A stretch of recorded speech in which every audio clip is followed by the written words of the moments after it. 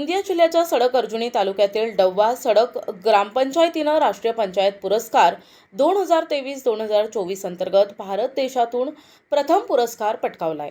हवामान बदलाचे होणारे दुष्परिणाम रोखण्यासाठी यावर ग्रामपंचायतीनं केलेल्या उल्लेखनीय कामगिरीबद्दल climate action special panchayat award हा पुरस्कार मिळाला आहे।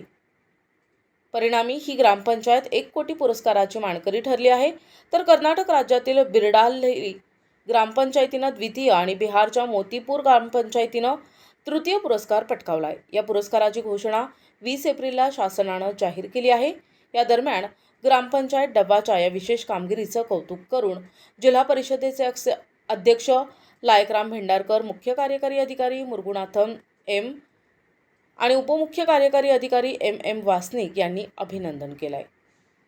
डव्वा सडक ग्रामपंचायतीचे सरपंच योगेश्वरी चौधरी, ग्रामपंचायत अधिकारी सिंधू रामचंद्र सूर्यवंशी यांनी माध्यमांना सांगितले की पृथ्वीवरील वाढत्या प्रदूषणामुळे तापमानात वाढ होत आहे। याचा परिणाम मानवी शरीर आणि वनस्पती पिकांवर होत आहे। हे थांबवायचं असेल तर आधी ग्रामपंचायतीनं पुढाकार घेण्याची गरज आहे असं सांगून घरोघरी सौर ऊर्जेचा वापर करणं, प्लास्टिक बंदी, फटाके बंदी अशा उपाययोजना करण्यात आल्या आहेत। निसर्गाच्या पृथ्वी, वायू, जल, अग्नी आणि आकाश पंचतत्वांसोबत जीवन पद्धती अंगीकारल्याशिवाय आपण निसर्गासोबत जगू शकणार नाही। एवढंच नाही तर जैवविविधतेचेही अस्तित्व राहणार नाही। याची जाणीव ठेवून आमच्या ग्रामपंचायतीनं हे पाऊल उचललंय असं त्यांनी सांगितलंय।